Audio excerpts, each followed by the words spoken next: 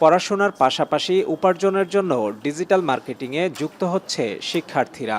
দ্রুত বর্ধনশীল এ খাত থেকে কুমিল্লার তরুণরা বছরে আয় করছে প্রায় $30 মিলিয়ন। এ খাতে যুক্ত হয়েছে প্রায় 5,000 কর্মী।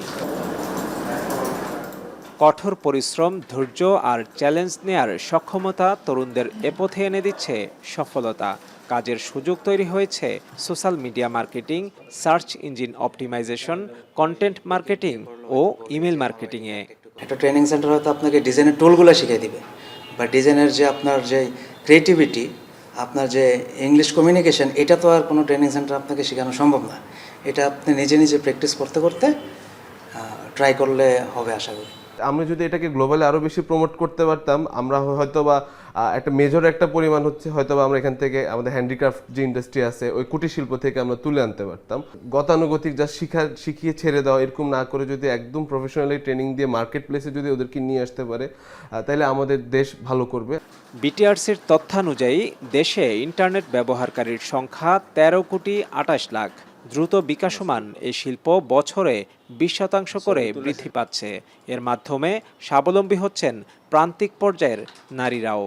সেশন ওয়াইজ ট্রেনিং দিল, দেন হচ্ছে একটা বাজেট ওনাদেরকে যদি দিয়ে দেয়, সিস্টেম করা যেত, তাহলে মেয়েরাও একটা ইয়া পেত যে না এটা সরকার অনুমোদিত, এটা ট্রাস্টেবল, ইভেন তার ফ্যামিলিও তখন তাকে অ্যালো করবে। যারা পড়ালেখা কমপ্লিট করছে, বাসা বা ফ্যামিলির জন্য জব করতে পারে না, অনলাইনে বিশেষ করে আপনার এফ-কমার্স যেটা, এটা আমাদের বোনদের জন্য একটা অফুরন্ত সম্ভাবনা হতে পারে। 2025 সালের মধ্যে বাংলাদেশের ই কমার্স খাতের বাজার $3 বিলিয়ন পৌঁছাবে।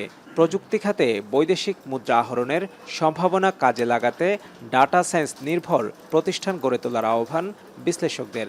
একই সঙ্গে পরামর্শ দেন তরুণদের আগ্রহী করতে প্রাতিষ্ঠানিক শিক্ষা ও তদারকি বাড়ানোর।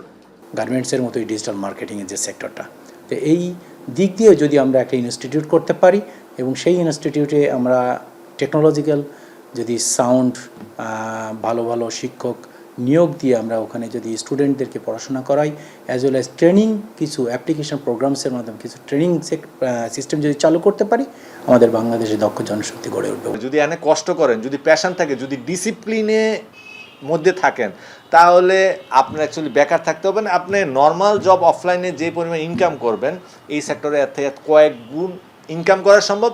প্রাতিষ্ঠানিকভাবে একাডেমিক স্কিল বাড়ানো গেলে দেশের সবচেয়ে বড় শিল্প খাত হিসেবে পরিণত হবে ডিজিটাল মার্কেটিং, এমনটাই মনে করছেন সংশ্লিষ্টরা। খালেদ সাইফুল্লাহ, এখন, কুমিল্লা।